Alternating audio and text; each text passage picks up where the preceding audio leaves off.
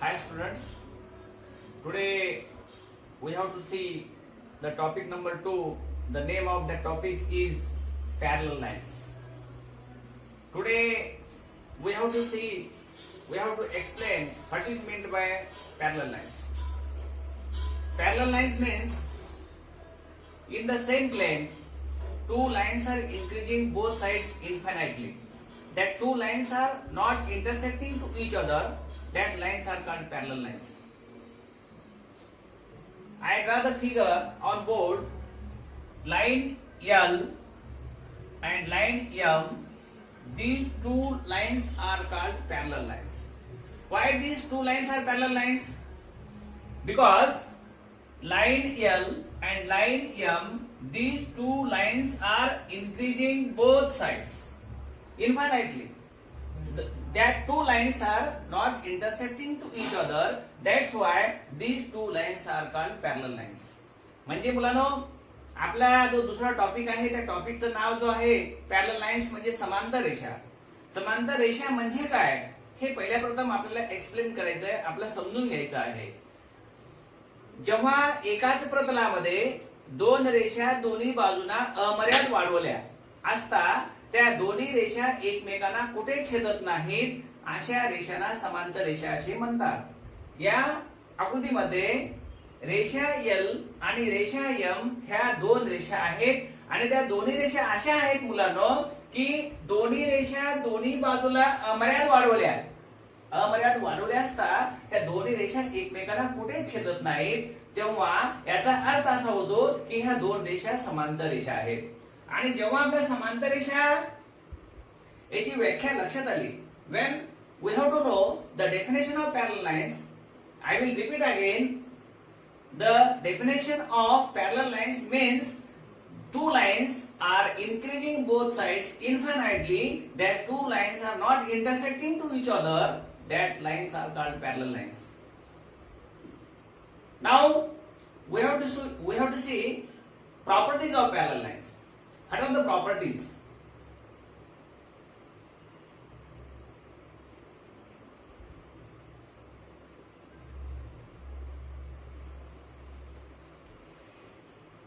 Line M is a transversal and line M intersecting to this line L and line M in point P and Q respectively.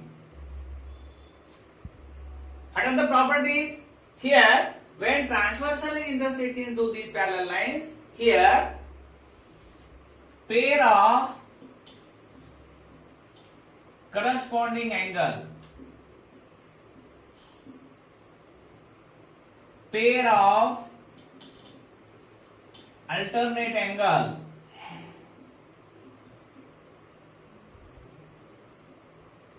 pair of opposite angle, pair of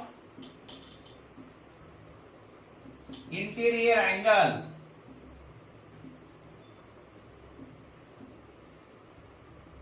and after that exterior angle,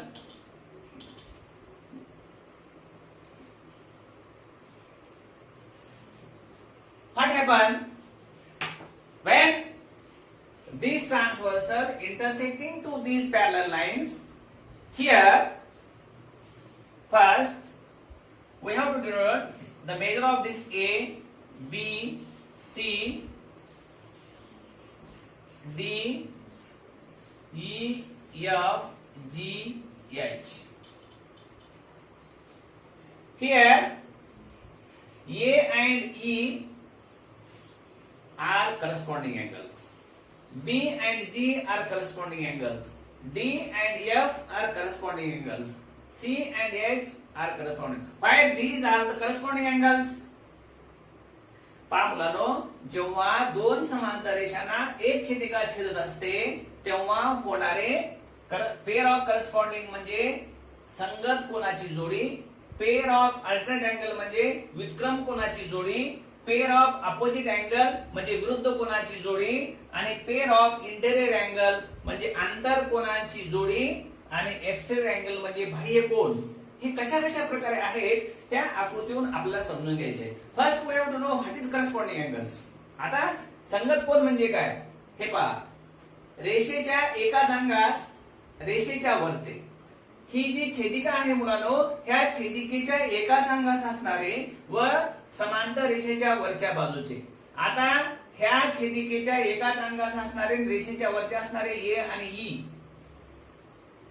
ए आणि E रेषेच्या एका अंगास रेषेच्या वरचे, छेदिकेच्या दुसऱ्या अंगास बी आणि जी, बी आणि जी. त्याच्यानंतर रेषेच्या खालचे आणि छेदिकेच्या दोन्ही अंगास रेषेच्या खालचे डी, एफ, सी आणि एच. हे पहा, हे एकमेकाचे करस्पॉन्डिंग अँगल्स आहेत. These are corresponding angles. Corresponding means संगत, संगत कोन. संगत कोन एकाच एक संगत असणारे, रेषेच्या वरचे रेषेच्या खालचे, रेषेच्या वरचा ए रेषेच्या वरचा ई, ए ई करस्पॉन्डिंग अँगल, रेषेच्या खालचा डी आणि एफ, डी आणि एफ.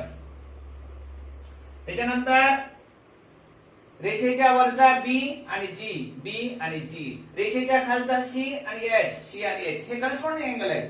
लक्षात ठेवा, रेषेच्या एकाच अंगास असणारे रेषेच्या वरचे, रेषेच्या एकाच अंगास असणारे रेषेच्या खालचे, हे संगत कोन आहे, त्याला आपण करस्पॉन्डिंग अँगल म्हणतो. आणि पेर जेव्हा सांगत असतो, पेर ऑफ करस्पॉन्डिंग अँगल म्हणजे त्याच्याशी असणारा संगत. ए चा संगत ई, ए चा संगत ई, डी चा संगत एफ, डी चा संगत एफ, बी चा संगत जी, बी चा संगत जी, सी चा संगत एच, सी चा संगत एच. हे करस्पॉन्डिंग अँगल आहे. करस्पॉन्डिंग अँगल तुम्हाला सांगता आले पाहिजेत. आणि करस्पॉन्डिंग अँगल सांगत असताना आधीची प्रॉपर्टी काय आहे ते आपण एक्सप्लेन करणार आहोत. त्याच्यानंतर pair of alternate angle. Pair of alternate angle means छेदिकेच्या दोन्ही अंगास, ही छेदिका आहे, ह्या छेदिकेच्या आणि समांतर रेषेच्या आत, ह्या दोन समांतर रेषेच्या आत आणि छेदिकेच्या विरुद्ध अंगास डी आणि जी, डी आणि जी, सी आणि एफ, सी आणि E, D, G, C, E, these are alternate angles. रेषेच्या आतले आणि छेदिकेच्या विरुद्ध अंगास असणाऱ्या कोणाला व्युत्क्रम कोन म्हणतात, त्याला आपण अल्टरनेट अँगल असे म्हणतो. डी चा अल्टरनेट अँगल जी आहे आणि सी चा अल्टरनेट अँगल ई आहे. डी, जी, सी, ई हे अल्टरनेट अँगल आहेत. त्याला आपण मराठीमध्ये व्युत्क्रम कोन असे म्हणतो. तुम्हाला संगत कोन, व्युत्क्रम कोन, त्यानंतर मुलांनो पेअर ऑफ अपोजिट अँगल. आता अपोजिट अँगल तुम्हाला माहित आहे, when two lines are intersecting to each other then there becomes opposite angles. B चा अपोजिट D आहे, A चा अपोजिट C आहे, G चा अपोजिट F आहे, E चा अपोजिट H आहे. आणि हे अपोजिट अँगल्स कॉन्ग्रुएंट असतात. ही प्रॉपर्टीज आहे, आपण प्रॉपर्टी नंतर पाहणार आहोत. पण ह्याच्यामध्ये जेव्हा दोन समांतर रेषांना एक छेदिका छेदते तेव्हा कोणते कोणते कोन त्या ठिकाणी तयार करतात. which types of angles are prepared there when there is two parallel lines and one transversal intersecting that two parallel lines, then there becomes a corresponding angle, alternate angle, opposite angle, interior angle and exterior angle. These types of angles are prepared there. When you know opposite angles, after that pair of interior angle. आता interior angle म्हणजे अंतरकोन. आता या ठिकाणी अंतरकोन कोणते आहेत? अंतरकोन म्हणजे आतले कोन. D आणि ई हे आंतरकोन आहेत, त्याला आपण इंटेरियर अँगल म्हणतो. सी आणि जी हे आंतरकोन आहेत, त्याला आपण इंटेरियर अँगल म्हणतो. त्याच्यानंतर मुलांनो ज्याप्रमाणे आपण हे आंतरकोन सांगितलं, हे दोन आंतरकोन आहेत, त्याची प्रॉपर्टी दोन आंतरकोनाच्या मापाची बेरीज 180 अंश असते. ह्या सी आणि जी ची बेरीज 180 आहे, डी आणि ई ची बेरीज सुद्धा 180 असते. ही प्रॉपर्टी आहे, हे प्रॉपर्टी आपण पाहणार आहोत. त्याच्यानंतर एक्सटेरियर अँगल. आता एक्सटेरियर अँगल म्हणजे बाह्य कोन. आता बी आणि एफ हे बाह्य कोन आहेत, ए आणि एच हे बाह्य कोन आहेत, त्याला आपण एक्सटेरियर अँगल म्हणतो. तर तुम्हाला पहिल्या प्रथम संगत कोन, आंतरकोन, व्युत्क्रम कोन, विरुद्ध कोन आणि बाह्य कोन या संदर्भात तुम्हाला अगोदर ह्याची माहिती समजली पाहिजे. when two parallel lines are there, one transversal intersecting to that parallel lines, there becomes a corresponding angles, alternate angles, opposite angles, interior angles and exterior angles. तुम्हाला जेव्हा संगत कोन, व्युत्क्रम कोन, विरुद्ध कोन, आंतर कोन आणि बाह्य कोन या संदर्भामध्ये जेव्हा तुम्हाला माहिती मिळाली त्याच्यानंतर आपण याची प्रॉपर्टीज पाहणार आहोत. Which are that properties? First we have to know which are that properties.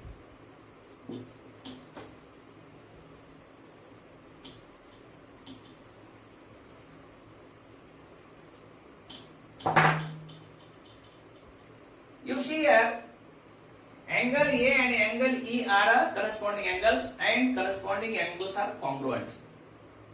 Corresponding angles are congruent, alternate angles are congruent, opposite angles are congruent and sum of interior angles is 180 degree. These are the properties of parallel lines. Where this property comes when there is a two parallel lines and one transversal intersecting to that parallel lines, what happens? Corresponding angles are congruent म्हणजे संगत कोन एकरूप असतात, व्युत्क्रम कोन एकरूप असतात, विरुद्ध कोन एकरूप असतात, आंतर कोनाच्या मापाची त्रिज्या 180 अंश असते मुलांनो. पहा आता या फिगरवरून तुमच्या लक्षात येतं की जर समजा आता मी काय करणार आहे पहा, जर समजा एका कोनाचं माप जर तुम्हाला दिलेलं असेल तर तुम्हाला बाकीचे सर्व कोनांचे माप काढता येतात. when angle is given, measure of one angle is given, then we have to find easily the measure of other angles. Suppose this is 60 degree. 60 degree. When this is 60 degree, then this is also 60 degree. Why? This is corresponding angles. जेव्हा मुलांनो ह्या कोनाचं माप 60 आहे तेव्हा ह्या कोनाचं माप 60 आहे कारण हा ह्याचा करस्पॉन्डिंग अँगल आहे. आताच आपण शिकलं करस्पॉन्डिंग अँगल कॉन्ग्रुएंट असतात, करस्पॉन्डिंग म्हणजे संगत कोन एकरूप असतात. जेव्हा हा 60 आहे तेव्हा हा 120 आहे. Why? This is linear angle, linear pair angle. मुलांनो हे 60 चा हा लिनियर 120 आहे कारण ही प्रॉपर्टी आहे sum of two angles. These 60 and 120 are linear pair angles and sum of linear pair angle is 180 degree. That's why when one angle is 60 then other is 120. When this is 120 this is also 120 because these are corresponding angles. Corresponding angles are congruent. When this is 60 opposite angle. When this is 120 this is also 120. This is 60 this is 120 opposite angle. This is 60 opposite angles. When one angle is given, then we find easily remaining 7 angles. जेव्हा आपल्याला एका कोनाचं माप दिलेलं असेल तेव्हा आपण 7 कोनाचे माप या वेगवेगळ्या प्रॉपर्टी नुसार आपण काढू शकतो. Corresponding angle, alternate angle, opposite angle या प्रॉपर्टी नुसार आपण बाकीचे सर्व कोनांची मापे काढू शकतो. जेव्हा एक कोनाचं माप दिलेलं असेल पहा एक कोनाचं माप दिल्यानंतर आपण बाकीचे 7 कोनांची मापे काढू शकतो ह्या प्रॉपर्टी नुसार. त्याच्याकरता आपल्याला हे लक्षात आलं पाहिजे मुलांनो पहिल्या प्रथम संगत कोन म्हणजे काय, करस्पॉन्डिंग अँगल, अल्टरनेट अँगल म्हणजे काय, व्युत्क्रम कोन, अपोजिट अँगल्स म्हणजे काय, विरुद्ध कोन, त्याच्यानंतर आंतर कोन, त्याच्यानंतर बाह्य कोन. हे संपूर्ण जेव्हा आपल्या लक्षात आलं तेव्हा आपण यावरली उदाहरण आपण समजून घेणार आहोत. जेव्हा फक्त लक्षात ठेवा संगत कोन एकरूप असतात, व्युत्क्रम कोन एकरूप असतात, व्युत्क्रम कोन एकरूप असतात, त्याच्यानंतर विरुद्ध कोन एकरूप असतात, आंतर कोनाच्या मापाची त्रिज्या 180 अंश असते. हे तुमच्या पहिल्या प्रथम लक्षात आलं पाहिजे. त्यानंतर आपण त्याच्यावरचे एक प्रॅक्टिस सेट मधले आपण उदाहरण पाहणार आहोत. प्रॅक्टिस सेट नंबर 1 आपण पाहणार आहोत. कुणाचा बेटा students we have to solve examples in practice set 2.1. The question number 1, you read question carefully what is given in that question. In figure 2.5 line RP is parallel to line MS and line DK is their transversal. Angle DXP equal to 85 degree. Find the measures of following angles. First angle RHD, angle PHG, angle HGS and angle MGK. We have to find measure of this angle. मुलांनो ह्या प्रश्नामध्ये तुम्हाला ह्या आकृतीमध्ये एका कोनाचं माप दिलेलं आहे आणि जे तुम्हाला प्रश्नामध्ये विचारलेले कोन आहेत त्या कोनाचं माप आपल्याला फाइंड करायचं आहे. We have to find the measure of these angles. First we have to solve RHD. मुलांनो RHD हा कोन ह्या आकृतीकडे चला. ह्या आकृतीमध्ये ऑब्झर्व केल्यानंतर हे लक्षात येतं where is RHD. RHD. You see here carefully. RHD means this measure we have to find. RHD and angle DHP, these two angles are linear angles. And you know what is the property of linear angle? मुलांनो, जेव्हा दोन कोन रेषीय जोडीतील कोन आहेत तेव्हा त्या दोन कोनांच्या मापाची बेरीज 180 अंश असते, ही प्रॉपर्टी आहे. आणि ह्या प्रॉपर्टी नुसार आपल्याला एका कोनाचं माप दिलेलं आहे आणि या दोन्ही कोनांच्या मापाची बेरीज 180 अंश असते, ही प्रॉपर्टी आहे. त्या प्रॉपर्टी नुसार आपल्याला RHD चं माप काढता येतं. According to that, measure of RHD plus measure of RHD plus measure of DHP, measure of DHP equal to 180 degree. This is the property. Linear pair angle property. मुलांनो, या प्रॉपर्टी नुसार म्हणजे दोन कोनांच्या, म्हणजे कोणत्या कोनाच्या, रेषीय जोडीतील कोनांच्या, हे रेषीय जोडीतील दोन कोन आहेत आणि ह्या दोन कोनांच्या मापाची बेरीज 180 अंश असते, ही प्रॉपर्टी आहे. त्या प्रॉपर्टी नुसार तुम्हाला एका कोनाचं माप दिलेलं आहे तर दुसऱ्या कोनाचं माप आपल्याला फाइंड करता येतं या प्रॉपर्टी नुसार. आता तुम्हाला काय दिलेलं आहे पहा, मेजर ऑफ RHD फाइंड करायचं आहे आणि मेजर ऑफ DHP तुम्हाला दिलेला आहे.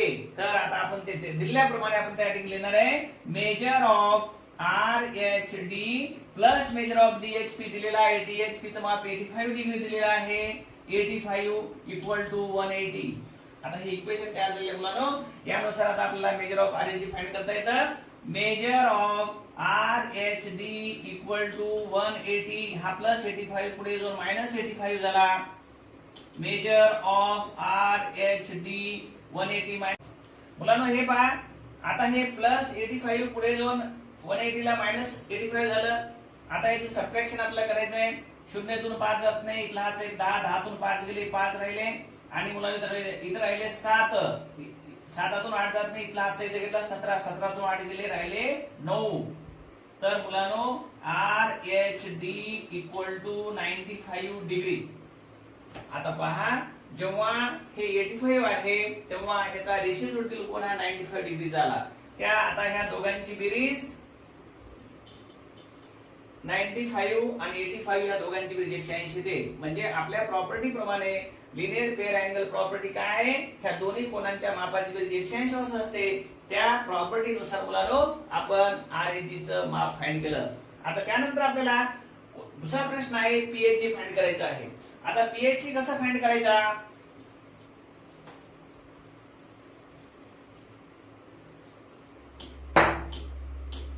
PHG. आता आकृतीमध्ये पहा PHG कुठे आहे, हे पहा PHG. आता आपल्याला हे मेजर फाइंड करायचं आहे. PHG या आकृतीनुसार आपला प्रॉपर्टी आपण शिकलेला आहे, अपोजिट अँगल प्रॉपर्टी शिकलेला आहे. हे बघा 95 डिग्री इथं आहे आणि PHG हा ह्या 95 चा अपोजिट अँगल आहे. Angle PHG and angle PHG, angle PHG and angle RHD are vertically opposite angles.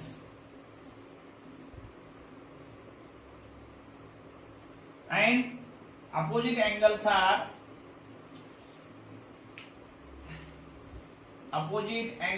are congruent.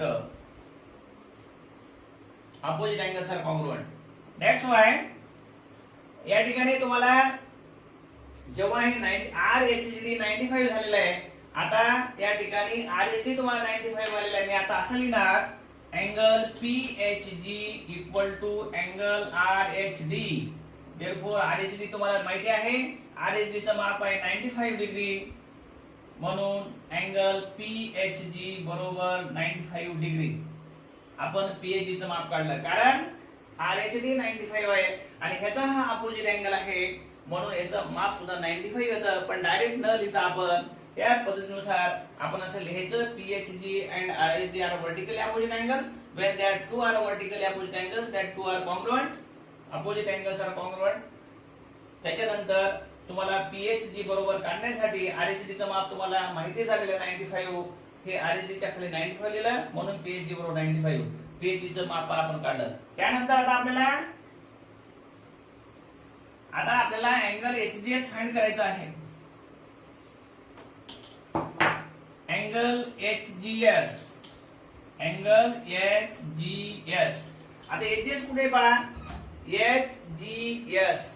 आता मुलांनो तुम्हाला या ठिकाणी रेषेच्या वरचा हा 85, एचजीएस सुद्धा हा रेषेच्या वरचा 85 करस्पॉन्डिंग अँगल्स आहेत. आता मी तर असं लिहिणार आहे angle DHP, angle DHP and angle HGS, HGS are corresponding angles, corresponding angles, and corresponding angles are congruent. Therefore angle DHP equal to angle HGS because corresponding angles.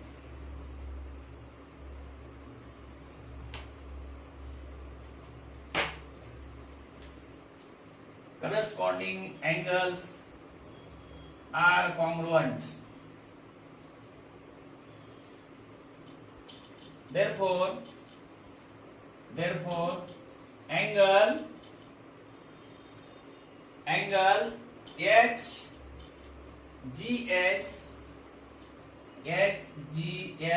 equal to DHP या ठिकाणी 85 degree आहे.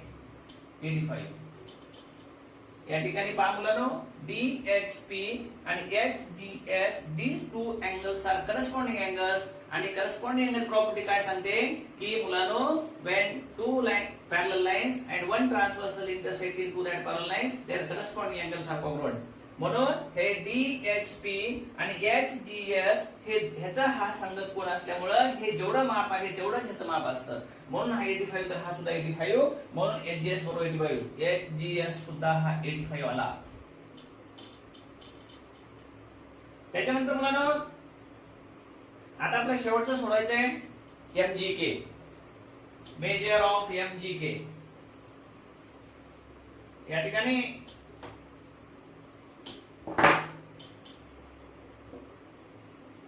MGK. You see in this figure, where is MGK?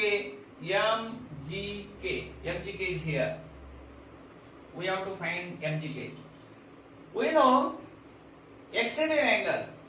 When one transversal intersecting two parallel lines, their exterior angles are also congruent. Where is that exterior angles? Here DHP and MGK, these two are exterior angles, and RHD and SGK, these are exterior angles, and measure of that exterior angles also congruent. जेव्हा मुलांना दोन समांतर रेषा एक छेदिका छेदत असते तेव्हा बाह्य कोन जे असतात, बाह्य म्हणजे बाहेरचे, हा बाहेरचा कोन आहे, ह्याला बाह्य कोन असणारा ह्या DHP ला बाह्य कोन असणारा MGK आहे. जेवढं माप ह्याचा असेल तेवढंच माप ह्याचा असेल. म्हणून या ठिकाणी आपण असं सांगू शकतो angle DHP and angle MGK are exterior angle, and they are congruent. They are congruent. Therefore angle DHP equal to angle MGK. Therefore angle MGK equal to 85 degree. अशा प्रकारे मुलांनो आपण angle RHD, angle PHG, angle HGS आणि angle MGK म्हणजे आपण हे चारही कोनाचं माप आपण फाइंड केलेलं आहे. पण ह्या कोनाचं माप कशा प्रकारे फाइंड केलेलं आहे हे तुमच्या लक्षात आलं पाहिजे. आपण या ठिकाणी कोणत्या कोणत्या प्रॉपर्टी यूज केलेल्या आहेत?